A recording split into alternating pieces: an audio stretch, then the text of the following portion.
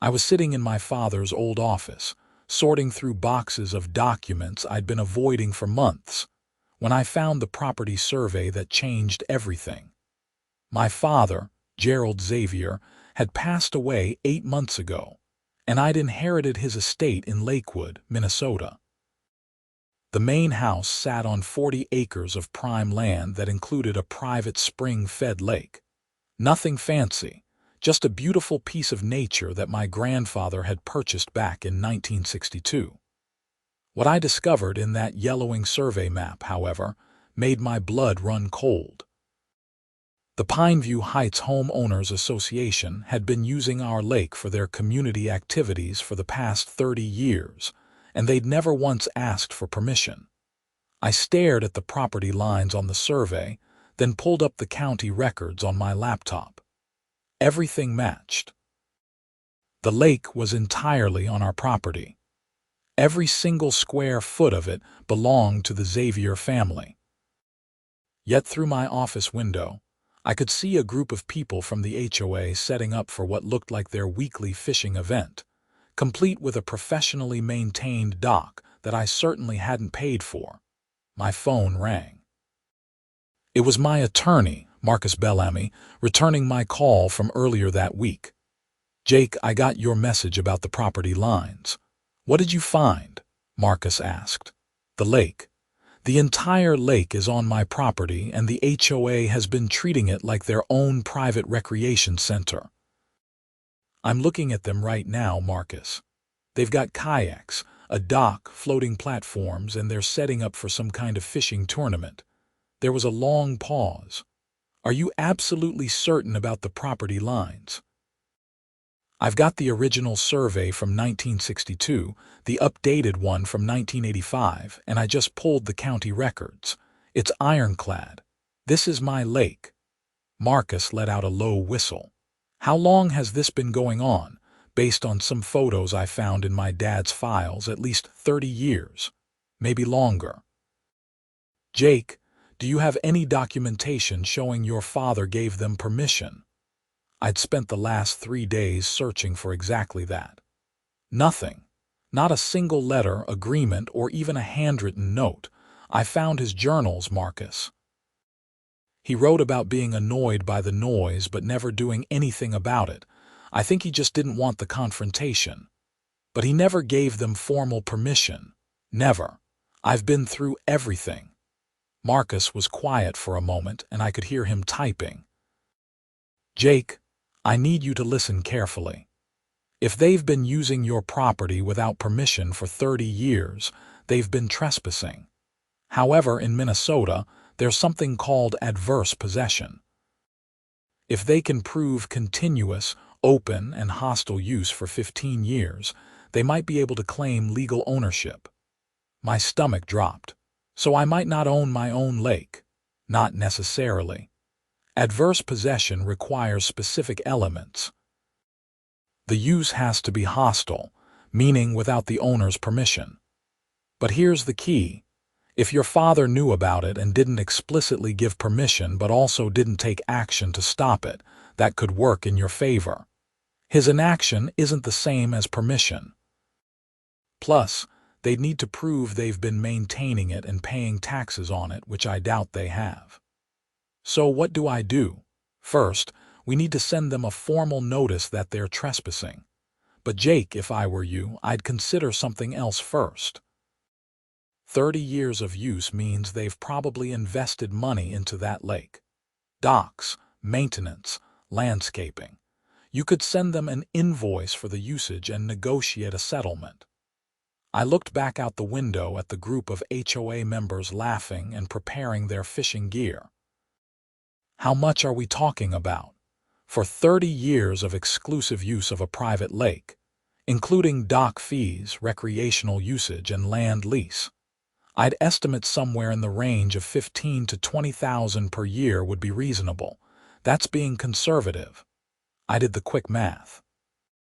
That's between $450,000 and $600,000. At minimum. We could argue for more given the exclusive nature and the improvements they've made without permission. But Jake, I want to be clear. This is going to get ugly. HOAs don't like being told they're wrong, and they definitely don't like being told they owe money. Let's do it. Draft the invoice and the trespass notice. I want this handled properly. I'll have everything ready by tomorrow. In the meantime, don't confront them directly. Let the legal documents do the talking. After I hung up, I watched the HOA members for another few minutes. An older woman with short blonde hair cut into a severe bob was directing everyone, pointing at different spots around the lake with the authority of someone who thought they owned the place. I'd seen her before, driving around the neighborhood in a white SUV with a Pineview Heights HOA president bumper sticker. I made a mental note to find out her name. The next morning, Marcus emailed me the documents. The invoice was beautifully detailed, breaking down 30 years of recreational lake usage at $17,500 per year, totaling $525,000. It included line items for dock usage, water access, fishing rights, and general recreational activities. The trespass notice was equally thorough, informing the Pineview Heights HOA that they were to cease all activities on the property immediately, and that continued use would result in legal action. I had them printed on proper letterhead and prepared for certified mail delivery. Marcus suggested we send copies to the HOA president, the HOA's registered agent, and the property management company they used. 3 days later, my phone started ringing. I didn't recognize the number, but I answered anyway. "Hello, is this Xavier?" The voice was sharp, feminine, and dripping with barely controlled anger. "This is he. This is Barbara Hutchins, president of the Pineview Heights Homeowners Association. I just received the most ridiculous piece of mail I've ever seen in my 23 years of HOA service." There it was. "Barbara, not quite a Karen, but close enough. Mrs. Hutchins, I assume you're referring to the invoice and trespass notice." "Invoice?" Her voice went up an octave. "You sent us a bill for over $500,000 for a community lake that has been part of this neighborhood since before you were born." "Actually, Mrs. Hutchins, it's my lake. It's on my property. The entire lake is within my property boundaries, and your association has been trespassing for 3 decades. That's absurd. My family has lived in Pineview Heights for 35 years. That lake has always been part of our community amenities. I have the property surveys and county records that say otherwise. The lake is entirely on the Xavier property, and there is no documentation showing that my father or grandfather ever gave your association permission to use it. Your father never said anything about this." "My father's silence doesn't constitute permission, Mrs. Hutchins, and his failure to confront you about it doesn't give you legal rights to his property. This is extortion. I'm going to call the police. You're welcome to do that. I'm sure they'll be very interested to learn about your association's 30-year trespassing operation. In the meantime, all HOA activities on my lake need to cease immediately. I'll be installing no trespassing signs this afternoon. You can't do this. We have families who depend on that lake. Children who learn to fish there. This is their community. Then your association should have made sure you had legal access to it. My attorney has all the documentation you need to review. If you want to discuss a payment plan for the back usage or negotiate ongoing access, we can do that. But the days of free, unauthorized use of my property are over." She sputtered for a moment. "This isn't over, Mr. Xavier. The HOA has rights, and we will fight this. I look forward to hearing from your attorney, Mrs. Hutchins." I hung up before she could respond. My hands were shaking slightly. Confrontation had never been my strong suit, which is probably where I got that trait from my father. But this was different. This was my inheritance, my property, and my right. That afternoon, I drove into town and purchased a dozen "No Trespassing" private property signs. I spent 2 hours posting them around the lake perimeter, making sure each one was clearly visible from multiple angles. While I was working, 2 HOA members approached me. "Excuse me, what are you doing?" one of them asked.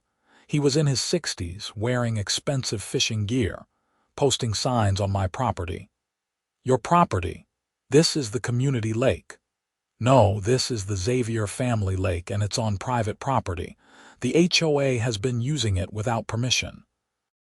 The man's companion, a younger woman in her 40s, pulled out her phone. "I'm calling Barbara." "Go ahead. She already knows." Within minutes, my phone rang again. "Barbara, you're posting signs at the lake, on my property, yes. You're going to create a panic in this neighborhood. People are calling me left and right."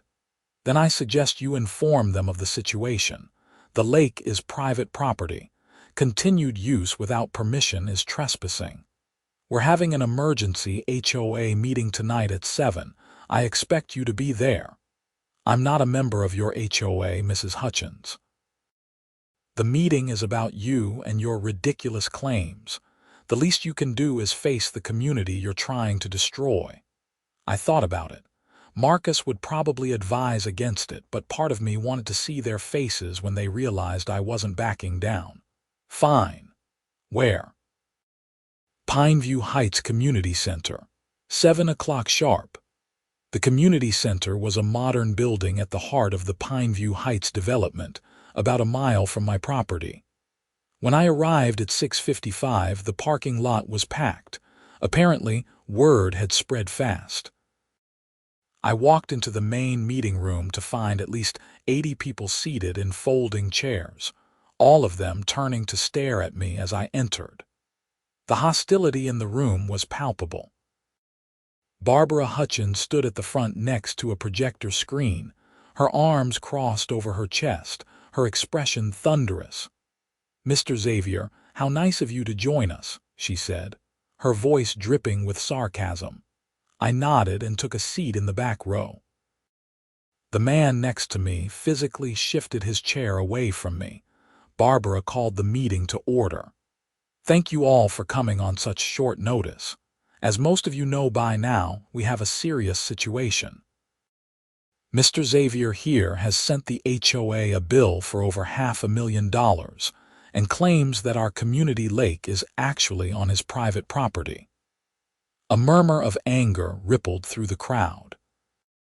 "He's also posted no trespassing signs around the entire lake and is threatening legal action if we continue to use what has been our community amenity for over 30 years.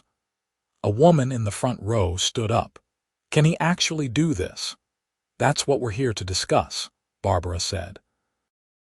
"I've been in contact with our HOA attorney, Daniel Richardson, and he's reviewing the situation. However, Mr. Xavier has provided what appears to be legitimate property surveys showing that the lake is indeed on the Xavier property." "Then, how do we end up using it?" someone called out. "That's an excellent question," Barbara said, shooting me a venomous look. "It appears that Mr. Xavier's father allowed us to use the lake without ever formalizing an agreement, and now, after his father's passing, Mr. Xavier has decided to suddenly claim ownership and demand payment." I stood up. "That's not exactly accurate." "Oh, please enlighten us," Barbara said. "My father never gave your association permission to use the lake. I've been through all his records, journals, and documents. There's nothing." The HOA started using the lake without asking, and my father, who avoided confrontation, never stopped you. But his silence wasn't permission, and it doesn't give you legal rights to my property. "Your property?" An older man stood up, his face red. "My grandchildren learned to swim in that lake." "I understand that," I said, trying to keep my voice calm. "And I'm not trying to ruin anyone's memories. But the fact remains that this is private property that has been used without authorization for 3 decades. If this situation were reversed, if I had been using HOA property without permission for 30 years, what would you do? That's completely different, a woman shouted. How? Barbara held up her hand. This isn't productive. Mr. Xavier, what exactly do you want? I want what's owed to me. The invoice stands. The HOA has had exclusive use of a private recreational lake for 30 years. That use has value and you need to pay for it. After that, we can discuss terms for future access if I decide to allow it. If you decide to allow it, Barbara's voice was shaking with rage. This is a community. We have over 200 families in Pineview Heights. You can't just cut off access to something we've relied on for decades. I can and I will, unless we reach an agreement. And that agreement starts with settling the outstanding balance. $525,000 is outrageous. Actually, it's quite reasonable. My attorney researched comparable lake access fees in Minnesota. We could have charged significantly more. A younger man in his 30s stood up. I'm an attorney, and I think you should know that Minnesota has adverse possession laws. If we can prove continuous use for 15 years, we might actually own that lake. I'm aware of adverse possession, I said. Are you aware that you'd need to prove hostile use, meaning use without the owner's permission? You'd also need to prove that you've been maintaining the property and paying property taxes on it. Given that my family has been paying all taxes on that land, including the lake, for the past 60 years, I don't think your claim would hold up. The attorney sat down, looking less confident. Barbara stepped forward. Mr. Xavier, let's be reasonable. The HOA doesn't have over $500,000 sitting in our reserves. Even if we agreed that some payment was warranted, which I'm not conceding, that amount would bankrupt our association. That's not my problem, Mrs. Hutchins. You've had the benefit of using my property for free for 30 years. The bill has come due. We could sue you, she threatened. You could try. But I have ironclad property records, county documentation, and surveys from multiple decades, all confirming ownership. What do you have? Some HOA members who remember using the lake. That proves nothing except that you've been trespassing. The meeting devolved into chaos after that. Multiple people stood up shouting, some at me, some at Barbara, some at each other. One woman was crying, talking about her late husband's ashes being scattered in the lake. A man threatened to handle this the old-fashioned way, which I assumed was supposed to intimidate me, but just made me pull out my phone to make sure I had 911 ready to dial. Barbara finally got control of the room. Everyone, please. This isn't helping. Mr. Xavier, I think you should leave. The HOA board needs to discuss this privately and consult with our attorney. Fine by me.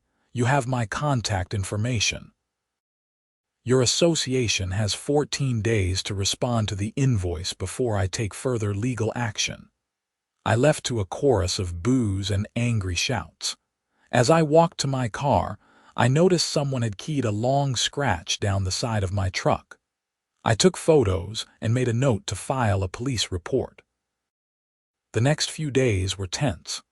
I received dozens of calls and emails from HOA members, ranging from tearful pleas to outright threats.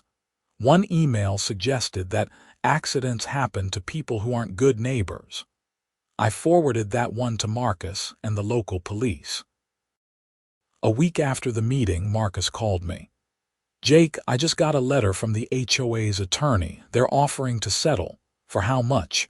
$50,000, and a permanent easement granting the HOA access to the lake in perpetuity. I laughed. 50,000. That's less than 10% of what they owe, and they want permanent access. No way. I told them it was lowball. But Jake, there's something else. They're threatening to file an adverse possession claim and tie this up in court for years. Even if they lose, which they probably will, It's going to cost you time and money. So I should just roll over. No, but we need to be strategic. Here's what I suggest. Counter with $250,000 and a revocable 10-year lease for lake access at fair market rates. That gives them time to adjust and gives you significant compensation for past use. It also establishes that you're the owner and their lessees, which destroys any adverse possession claims. What's fair market rate for lake access? For an HOA of this size with exclusive access? I'd say around $30,000 a year. That's about $150 per household annually, which is reasonable. So over 10 years, that's another $300,000 plus the $250 settlement. $550 total, correct? And it's structured as a settlement for past use plus a going-forward business relationship. It's cleaner and it's enforceable. Do it. Send them the counter offer. 3 days later, Barbara Hutchins was at my door. I watched her through the window for a moment before answering. She was alone and she looked tired. Mrs. Hutchins, Mr. Xavier, may I come in? I'd like to talk, just the two of us, no attorneys. Against my better judgment, I let her in. We sat in my father's old living room, the same room where he'd probably heard the sounds of HOA members using his lake for decades. I'm going to be honest with you, Barbara said. The HOA can't afford your counter offer either. Not without a special assessment that would cost each household nearly $1,500 immediately, plus the annual fees you're proposing. Again, Mrs. Hutchins, that's not my problem. Please call me Barbara, and I know it's not your problem. But I'm asking you, as someone who cares about this community, to consider the impact. We have families on fixed incomes. We have young couples who are already stretched thin. This will devastate people. My father paid property taxes on that lake for decades. He maintained his property. He did everything right. Your association decided to use his land without asking. Where was your concern for him? Barbara was quiet for a long moment. You're right. I wasn't president when this started, but you're right. Someone should have formalized an agreement. We should have been paying for access. But 30 years have passed, and now you're asking for everything all at once. What do you propose? $100,000 settlement for past use. We acknowledge we should have had an agreement and we're paying for our mistake. Then a 15-year lease at $15,000 per year. That's about $75 per household annually, which is manageable. Over 15 years, that's another $225. Total of $325,000. I shook my head. You're still getting a massive discount. The past use alone is worth over $500,000. In a perfect world, maybe, but you'd spend $100,000 in legal fees trying to collect that, and it would take years. My offer gets you significant money, admits we were wrong, and establishes a long-term income stream. Plus, Jake, can I call you Jake? I nodded. Jake, this makes you a member of the community instead of the enemy. Right now, people hate you. Some of them are talking about making your life hell. I can't control all of them. But if we reach a reasonable agreement, I can sell it to the membership as a fair compromise. Are you threatening me? No, I'm being realistic. I don't condone what happened to your truck, and I don't condone threatening emails. But I can't control 200 families, and some of them are really angry. This situation is bad for everyone. I thought about it. She wasn't wrong about the legal costs or the timeline, and having a hostile HOA as my neighbors would make life miserable. $200,000 settlement, 15-year lease at $20,000 per year, total of $500,000 over 15 years. Final offer. Barbara closed her eyes. That's still a $2,000 special assessment per household, plus $167 per year. People are going to be furious. They've gotten away with 30 years of free use. They should be grateful I'm not pushing for the full amount. Give me 3 days to take this to the board and prepare the membership. Fine, 3 days. Barbara stood and extended her hand. I shook it, and she left without another word. 2 days later, Marcus called me. Jake, I just got a very strange call from Daniel Richardson, the HOA's attorney. What did he say? He wanted to know if we'd be willing to delay the settlement discussion by 30 days. Why? He wouldn't say specifically, but he hinted that the HOA board is dealing with some internal issues. I pressed him, and he finally admitted that Barbara Hutchins is facing a recall vote. What? Why? Apparently, a faction of the HOA membership believes she's capitulating too easily to your demands. They want to fight this in court. Consequences be damned. There's going to be a special election, and if Barbara loses, we'll be dealing with a new president who has explicitly campaigned on refusing to pay you anything. Can they do that, the recall? Yes, HOAs can recall board members if they follow their bylaws. Usually requires a petition signed by a certain percentage of homeowners, and then a vote. As for refusing to pay, they can try, but it just means we proceed with legal action, which could take years. Exactly. I spent the next 2 weeks watching the drama unfold from a distance. Barbara sent me daily emails updating me on the situation. The recall petition had gotten enough signatures, and a special election was scheduled. Her opponent was a man named Gregory Walsh, a retired litigation attorney who had made his career fighting corporate lawsuits. He was telling anyone who would listen that I was attempting to steal community property, and that he would bury me in legal motions if elected. The night before the election, Barbara called me directly. Jake, I need you to know something. If Gregory wins tomorrow, this is going to get worse before it gets better. He's convinced people that you're a vulture trying to profit off your father's death. That's ridiculous. I know. But he's good at manipulating people. He's also got some HOA members worked up about taking direct action. What does that mean?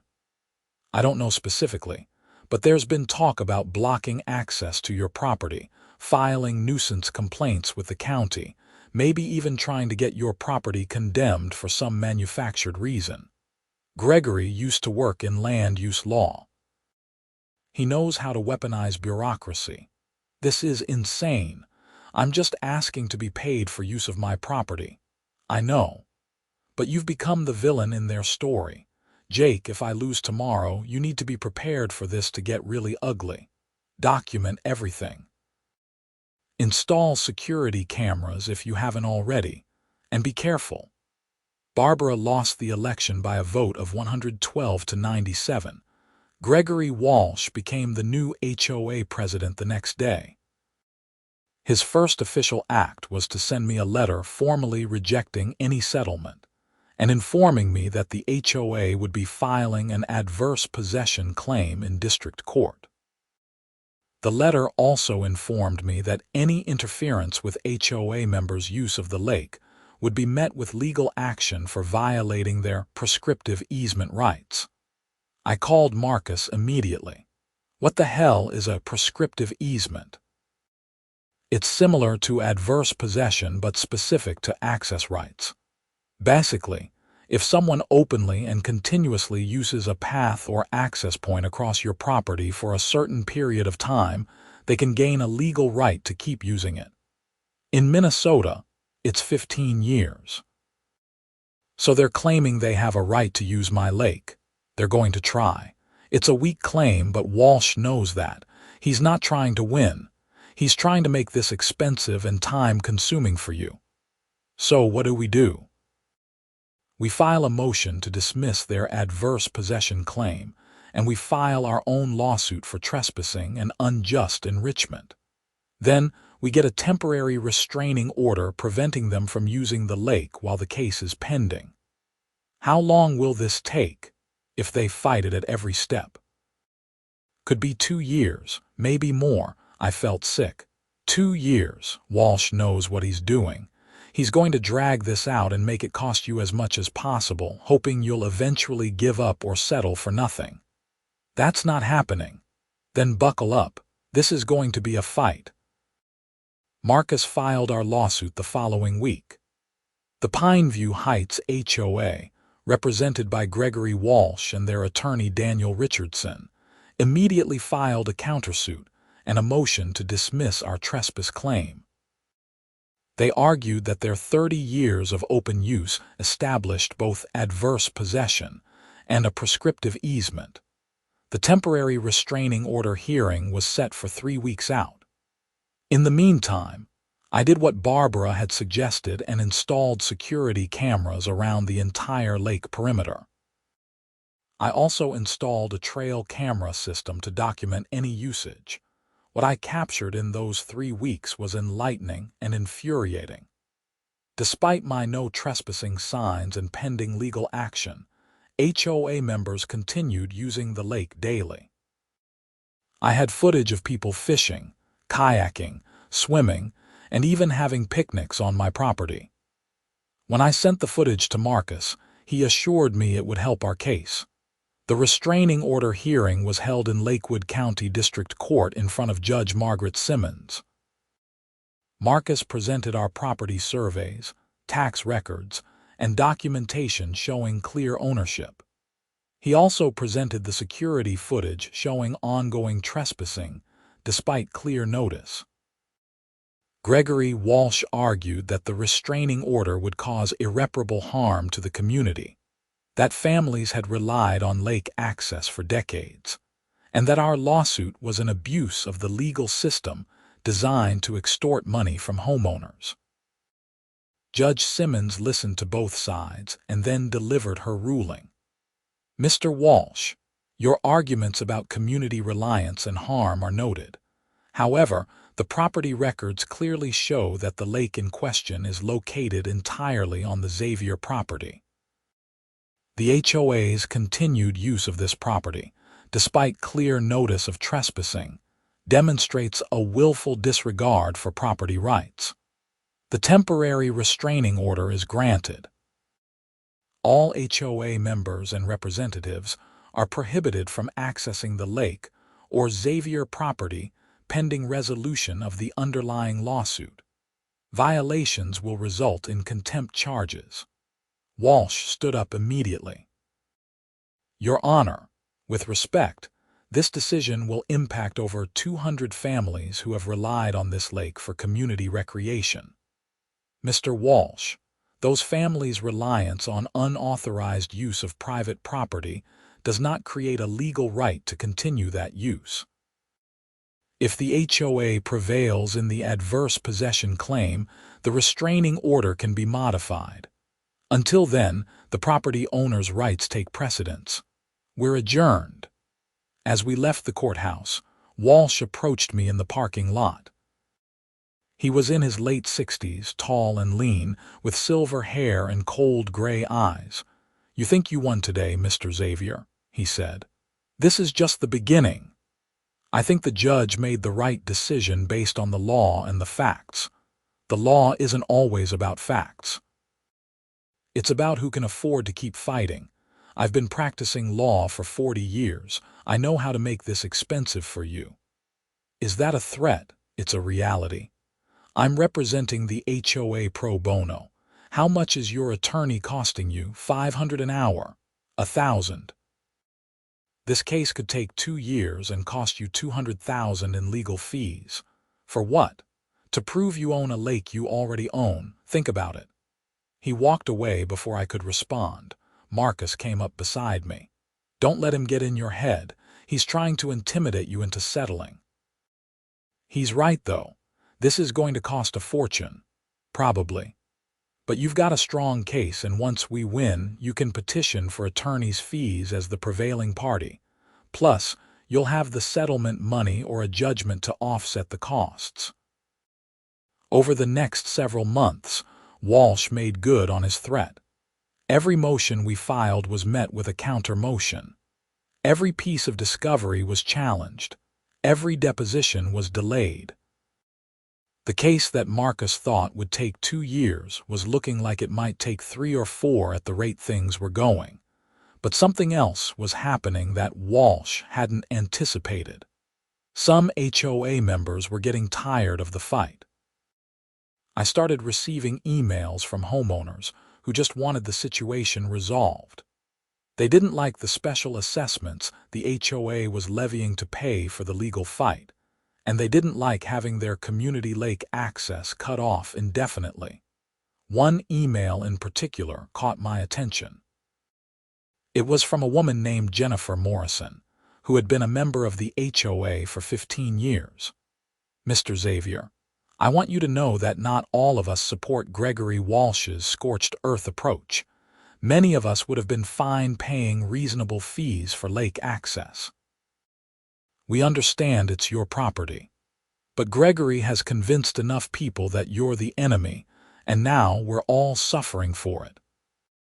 We can't use the lake. We're paying huge legal bills, and our property values are dropping because potential buyers don't want to move into a neighborhood with this kind of drama. I don't know if this helps you, but I thought you should know there are people who think this has gone too far." I forwarded the email to Marcus. "Do you think there's a way to reach out to the moderate members?" "Probably not directly. It would look like you're trying to interfere with the HOA's internal politics. But this email tells me something important. Walsh's support isn't as solid as he thinks it is. Keep collecting these. If we can show that a significant portion of the membership wants to settle, it might pressure the board." 6 months into the litigation, I received a call from Detective Ryan Morrison with the Lakewood Police Department. "Mr. Xavier, I'm calling about a complaint we received regarding the security cameras on your property." "What about them?" "We received a complaint from the Pineview Heights HOA alleging that your cameras are pointed at public areas and violating privacy laws." "The cameras are on my property, pointing at my property. They're documenting trespassing." "That's what I thought. I reviewed the complaint and the photos they provided. Your cameras appear to be legally positioned. I just wanted to give you a heads up that the complaint was filed." "It's not going anywhere, thank you, Detective." "No problem. Between you and me, I grew up in this area. Everyone knew that was the Xavier Lake. I was surprised when I heard people claiming it was community property. Anyway, you're not doing anything wrong with the cameras. Have a good day." But the HOA didn't stop with the camera complaint. Over the next few months, they filed complaints with the county about alleged zoning violations on my property. They filed a complaint with the DNR claiming I was illegally damming the creek that fed the lake. They even filed a complaint with the EPA claiming I was polluting the water. Every complaint was investigated and dismissed, but each one cost me time and stress. Walsh was weaponizing every government agency he could think of, trying to bury me in bureaucratic harassment. Then something broke my way. I was reviewing the discovery documents that Richardson had finally provided when I noticed something interesting in the HOA's financial records. For the past 30 years, the HOA had been collecting lake maintenance fees from homeowners as part of their annual assessments. I called Marcus immediately. "Did you see the financial records? I've been going through them. What did you find?" Page 47 of the annual budget reports. "They've been charging homeowners lake maintenance fees." Marcus was quiet for a moment, and I could hear him flipping through papers. "Holy hell, they've been charging for maintenance of a lake they don't own. Is that fraud? It's definitely misrepresentation. They've been collecting money from homeowners under the pretense that the HOA owns or controls the lake. That's going to destroy their adverse possession claim." "How?" "Because adverse possession requires that the use be hostile, meaning without the owner's permission and without paying the owner. But they've been collecting fees from their members for lake maintenance. That's an implicit admission that they knew they needed to pay for lake access. They were just paying themselves instead of the actual owner. Can we use this? Absolutely. This changes everything. I'm filing an amended complaint adding claims for fraud and unjust enrichment. We're going to argue that they've been collecting fees for property they don't own and keeping the money instead of paying the rightful owner. The amended complaint hit the HOA like a bomb. Suddenly, Walsh wasn't just defending against a property dispute. He was defending against fraud allegations that could expose the HOA board to personal liability. 2 weeks after we filed the amended complaint, I received an unexpected visitor. It was Daniel Richardson, the HOA's attorney. "Mr. Xavier, I need to speak with you off the record."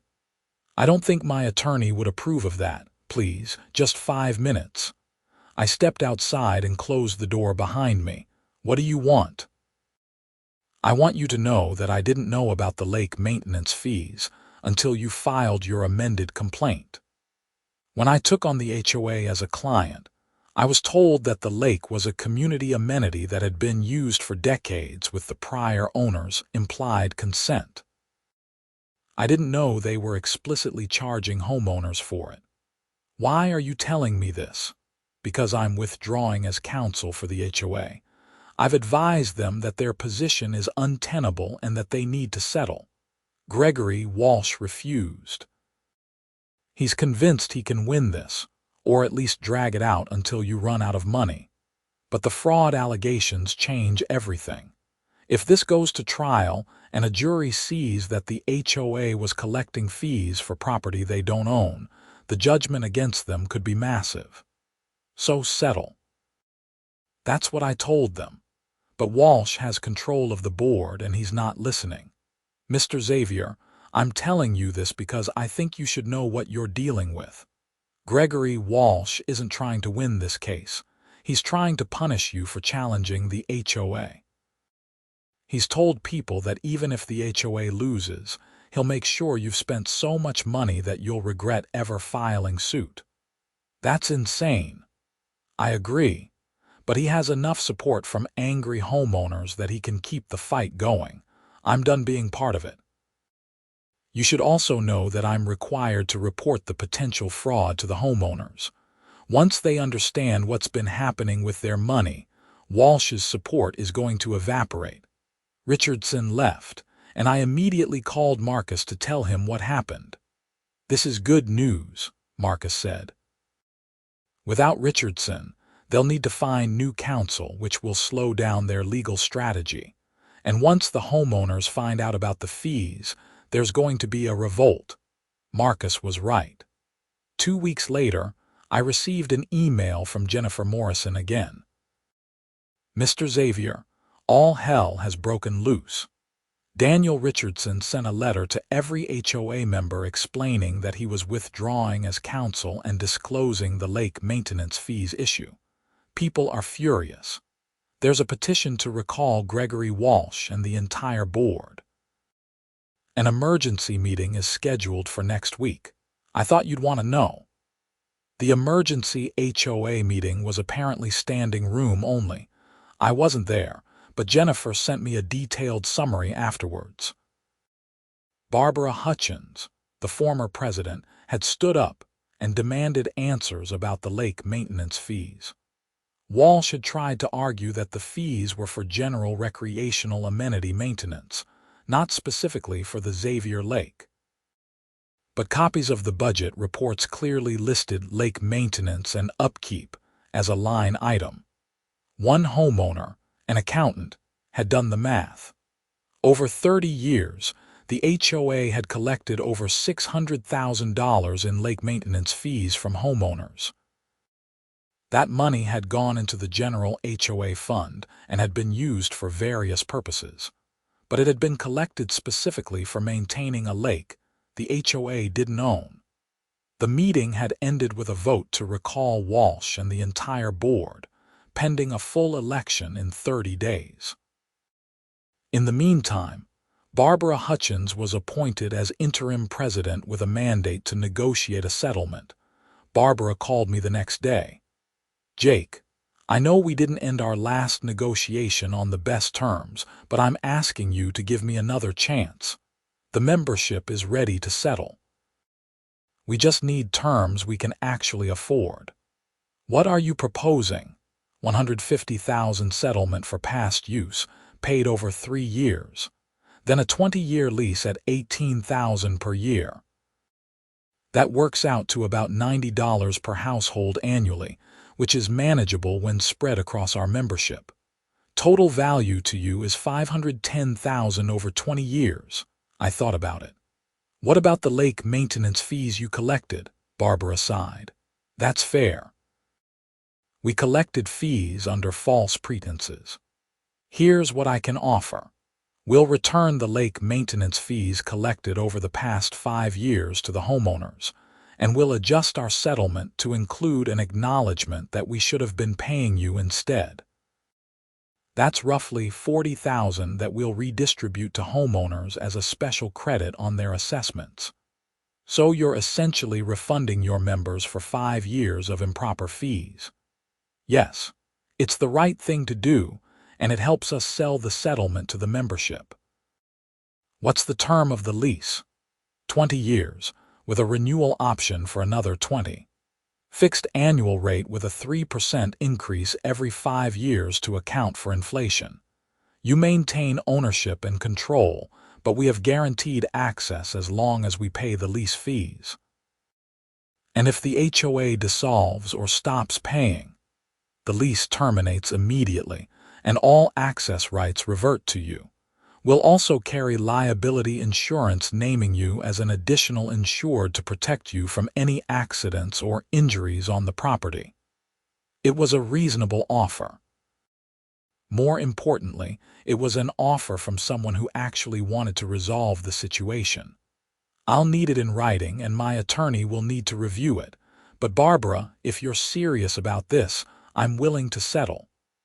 I'm serious, Jake. This has gone on too long, and it's hurt too many people. Let's end it. It took another 6 weeks to finalize the settlement agreement.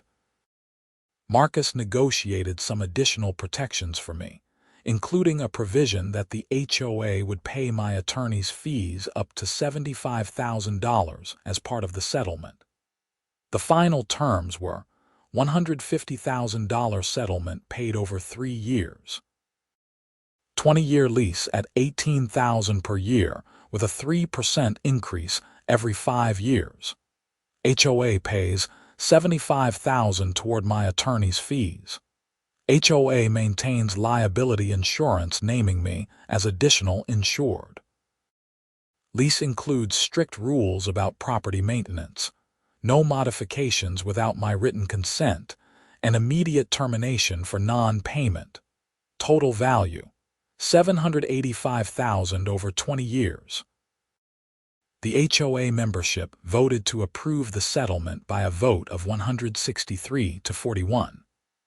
Gregory Walsh and his supporters voted against it, but they were overwhelmed by homeowners who just wanted the situation resolved. The settlement was finalized in December, almost 18 months after I'd sent the original invoice. The HOA made the first payment of $50,000 in January, and I received the check along with a formal letter of apology from Barbara and the newly elected HOA board. But the story wasn't quite over. In March, I received a call from Detective Morrison again. "Mr. Xavier, I wanted to give you a heads up about something. We've opened an investigation into Gregory Walsh." "For what?" "Embezzlement." After your settlement was finalized, the new HOA board hired a forensic accountant to review the association's finances. They discovered that Walsh had been billing the HOA for legal services he claimed he was providing pro bono. Over the 18 months of litigation, he submitted invoices to the HOA's property management company for over $90,000 in legal work. But he told me he was representing them for free. Exactly.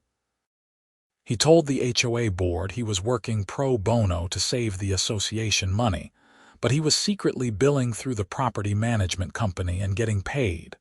The board is filing charges. Is that definitely illegal? Absolutely. It's fraud and embezzlement.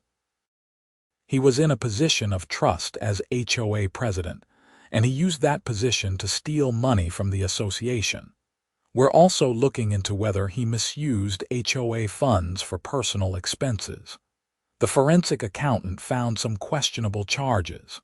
What happens now? We'll complete our investigation, and then it goes to the county attorney for prosecution. Given the amount involved, he's looking at felony charges. I just wanted you to know since you were involved in the underlying dispute. 6 months later, Gregory Walsh was indicted on 3 counts of felony theft and 2 counts of fraud. The case went to trial, and he was convicted on all counts. He was sentenced to 3 years in prison and ordered to pay restitution to the HOA.